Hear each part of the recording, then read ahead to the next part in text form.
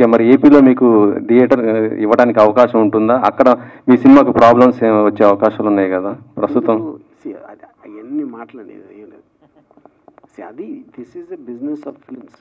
అదేమో పొలిటికల్, దానికి దీనికి ఏం కనెక్ట్. పొలిటికల్ అంటే గతంలో మీరు చేసినట్టు కొన్ని ఆ ఎఫెక్ట్ ఇప్పుడు మీకు పడే అవకాశం ఉంటుంది కదా? నేను అదే చెప్తున్నాను. ఏదైనా సరే లా ప్రకారం జరుగుతుంది కదా. ఇట్ ఈస్ నాట్ లైక్ ర్యాండమ్గా ఇది ఏదైనా జరగదు ఎప్పుడు ఎక్కడ. అంటే ఇప్పుడు ప్రస్తుతం పోసాని గారు మొత్తం అటే తిరుగుతున్నారు, మీరు మాత్రం ఇటు బయటకు వచ్చేసారు. సినిమా ఇది ఉంది, మళ్ళీ మీకు నోటీసులు కూడా ఫర్దర్గా వస్తూనే ఉన్నాయి కదా. సో ఎలా చేస్తున్నారు? ఇప్పుడు దానికి దీనికి ఏంటి కనెక్షన్? ఇప్పుడు పోసాని గారు సినిమా ఆపేస్తున్నారా? ఆయన నాకు నేను సరిగ్గా ఫాలో అవ్వలేదు. ఒక పర్టికులర్ ఆస్పెక్ట్ ఆయన చేసిన దాంతో వాట్ ఎవర్ ఇస్ హ్యాపెనింగ్ అంతే. అదే యాస్టిస్గా మీ మీద కూడా అదే ఉన్నాయి కదా. నాకు పొలిటికల్ క్వశ్చన్స్ అడగాలి. మీరు అడిగితే సారీ కానీ లేకపోతే వదిలేసేయండి. ఓకే సార్, నమస్తే సార్. శివారెడ్డి నా పేరు. ఇప్పుడు ఇన్స్టాగ్రామ్ బేస్ చేసుకొని లేదా ఫేస్బుక్ సోషల్ మీడియాలో జరుగుతున్న ఈ తప్పుడు అంటే రాంగ్ ట్రాక్స్ వల్ల జరుగుతున్న ఇన్ఫ్లుయెన్సెస్ మీద ఇది చేశారు కదా. మళ్ళీ నా క్వశ్చన్ ఏంటంటే, సోషల్ మీడియా మంచి కూడా చేస్తుంది, సమ్ టైమ్స్ అది చాలా హెల్ప్ చేస్తుంది కూడా, ట్రాన్స్ఫార్మింగ్ టెక్నాలజీ కదా. ఇప్పుడు కాన్స్టిట్యూషనల్ బేసిస్లో వాక్ స్వాతంత్రంలో చాలామంది వారి యొక్క వాక్ స్వేచ్ఛను వాడుకుంటూ సమాజానికి సంబంధించిన చాలా మెసేజ్లు ఇస్తుంటారు, వెదర్ ఇట్ ఈస్ పాజిటివ్ కావచ్చు, నెగిటివ్ కావచ్చు, జరుగుతున్నటువంటి పరిణామాల మీద. అయితే ఇప్పుడు ఈయన అడిగిన క్వశ్చన్లో పోసాని పాయింట్ ఎత్తాడు. నేను I'm not talking about Posani, the way the people treating like ఇప్పుడు పొలిటీషియన్స్ను సోషల్ మీడియాను బంధించడం వల్ల ఏదో జరుగుతుంది, లేదా ఇన్ఫ్లుయెన్సర్స్ను బంధించడం వల్ల జరుగుతుంది అనేటటువంటి ఒక ఈ పోకడ ఏదైతే ఉందో దాని మీద ఏదైనా ఒక చిన్న కామెంట్ సార్. ఇప్పుడు పాయింట్ ఏంటంటే, ఇప్పుడు సోషల్ మీడియా అనేది ఇట్ ఈస్ గివింగ్ ఆపర్చునిటీ. ఎవరి వాయిస్ అన్నా వాళ్ళ ఇష్ట ప్రకారం వినిపించడానికి మనకు వచ్చిన ఒక మాధ్యమం అది బేసిక్గా. అప్పుడు అందరు మనుషులు ఒకలా ఆలోచించారు కాబట్టి అందరూ వేరే వేరే సైడ్స్ ఉంటాయి, బయాస్లు ఉంటాయి, వాళ్ళ ఒపీనియన్స్ ఉంటాయి. అవన్నీ బయటకు వచ్చినప్పుడు మీకు ఒక కాన్ఫ్లిక్ట్ ఓరియంటెడ్ సొసైటీ క్రియేట్ అవుతుంది. That is the times we are living in, you know. So ఇప్పుడు ఒరిజినల్గా దాని ఇంటెన్షన్ అనేది ఒక కాన్వర్జేషన్ చేయటానికి, ఐడియాస్ షేర్ చేసుకోవడానికి అనేది ఒరిజినల్ ఇంటెన్షన్ అయి ఉండొచ్చు సోషల్ మీడియాది. బట్ ఇప్పుడు అది ఎగ్జాక్ట్గా ఆపోజిట్గా పనిచేస్తుంది. మనకి ఫిజికల్గా చేతులతో కొట్టుకోవడానికి అంత కుదరదు కాబట్టి మాటలతో కొట్టుకోవడం అనేది that is world we are living in.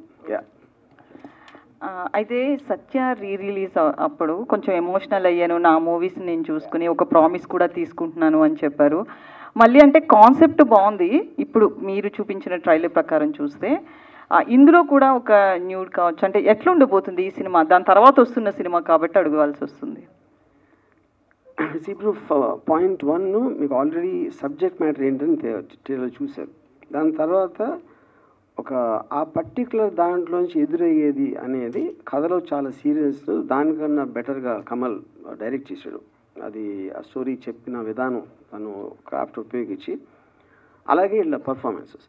So fundamental nature of the film is very very serious. అంటే ఇప్పుడు మీరు డైరెక్ట్ చేయబోయే నెక్స్ట్ మూవీస్ విషయంలో ప్రామిస్ తీసుకున్న పరంగానే ఉంటుందా, లేదా తూచా ప్రామిస్ ఏం లేదు అన్నట్లు అనుకోవచ్చా? అది కాలమే చెప్తుంది. ఓకే, కమల్ గారు. అయితే ఆర్జీవి గారు బ్రాండ్ అంటే ఆ ఇమేజ్ చూస్తే ఒక సైకో ఎప్పుడు కూడా సైకోలా కనిపించడు ఫస్ట్ థింగ్. అది మనం చాలా వరకు మొన్న కుక్కర్లో ఉడకబెట్టిన సీన్ ఆ వ్యక్తిని చూసినప్పుడు కూడా పోలీసులే షాక్ అయ్యారంటే ఇతను నార్మల్గా ఉన్నాడు, ఇతను ఏంటి ఇట్లా చేశాడు అని చెప్పి. బట్ ప్రతి ఫ్రేమ్లో కూడా అతను సైకోయిజం కనిపిస్తుంది. సో దీనికి ఏమంటారు? సైకోలు బేసికల్లీ సైకోల్లా కనిపించరు కదా. యాక్చువల్గా మీరు ట్రైలర్ చూస్తుంటే కాంట్రాస్ట్ ఇమేజెస్ ఉంటాయండి. When he was talking to her క్యాజువల్గా మాట్లాడతాడు, హాయ్ మెసేజెస్ అన్ని మెసేజెస్లో మొహం కనపడదు కాబట్టి వీఆర్ థింకింగ్ నార్మల్ మనిషి. సో ట్రైలర్ ఎలా కట్ చేసామంటే కాంట్రాస్ట్గా any hi can lead to anything. ఒక హాయ్ మెసేజ్ వెనక వాడి ఇంటెన్షన్ కూడా కనపడదు కాబట్టి వీఆర్ షోయింగ్ బ్యాక్ సైడ్ ఏం జరగచ్చు అని. సో ఈ ట్రైలర్లో మీకు అది ఒకటే కనిపిస్తుందంటే అది ఇంటెన్స్గా ఉంది కాబట్టి అది మీరు పాయింట్అవుట్ చేస్తున్నారు. If you observe there are normal images also. First image వచ్చి దే ఆర్ ఇంట్రడ్యూసింగ్ ఈచ్ చాలా నార్మల్గా ఉంటాడు అప్పుడు. సో అలాంటివి జాగ్రత్తగా ఉండాలి అనే ఒక ఇంటెన్షన్ అంతే.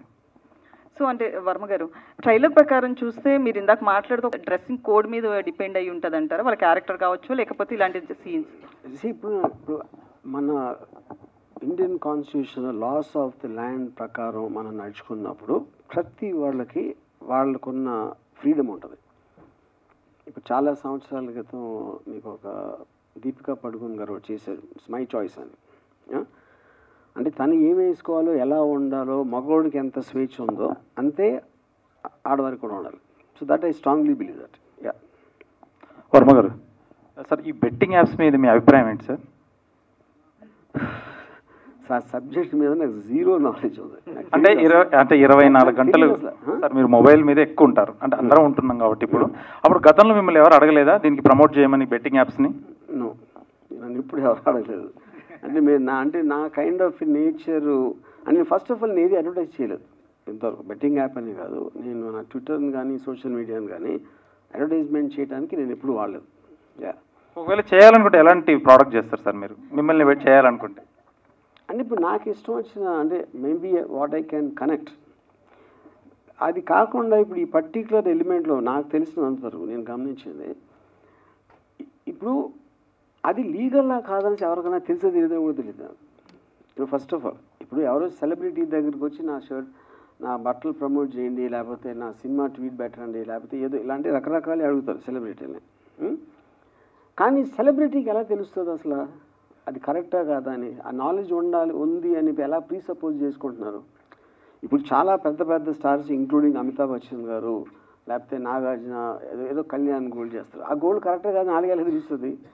So that is a separate this thing. So ఆ క్లారిటీ అనేది even the government are the concern department should give. ఇలా చేస్తే తప్పు అని అది ఎడ్యుకేట్ చేయకుండా గవుక్కున ఒక ఐడియా వచ్చేసి ఎన్ఫోర్స్ చేయటం అనేది కరెక్ట్ కాదని నా ఫీలింగ్.